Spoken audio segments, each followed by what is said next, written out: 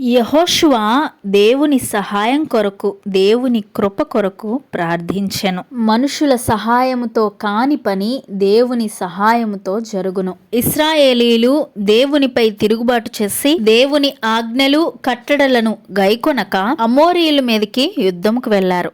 అయితే వారు ఇశ్రాయేలీలను పరిగెత్తించి 36 మందిని హతము చేశారు. ఇది చూసిన ఇశ్రాయేలీలు నీరుగారిపోయారు. అందు నిమిత్తము యెహోషువ యెహోవాకు మొరపెట్టెను. యెహోవా వారిని కనికరించి వారిని సరిచేసి నిలువబెట్టి దేవుడు వారికి తోడయున్నారు. అటు తరువాత వారు యుద్ధములో జయమునొందెను. ఇశ్రాయేలీలకు ఆయన సహాయము చేశాను. అపజయాలు, ఆవేదనలు, విషమించిన పరిస్థితులు ఎదుర్కొనినప్పుడు దేవుని కృపకై, కరుణకై ప్రార్థించాలి. దేవుడు మన తప్పిదములను సరిచేసి జయ జీవితమును దయచేయును.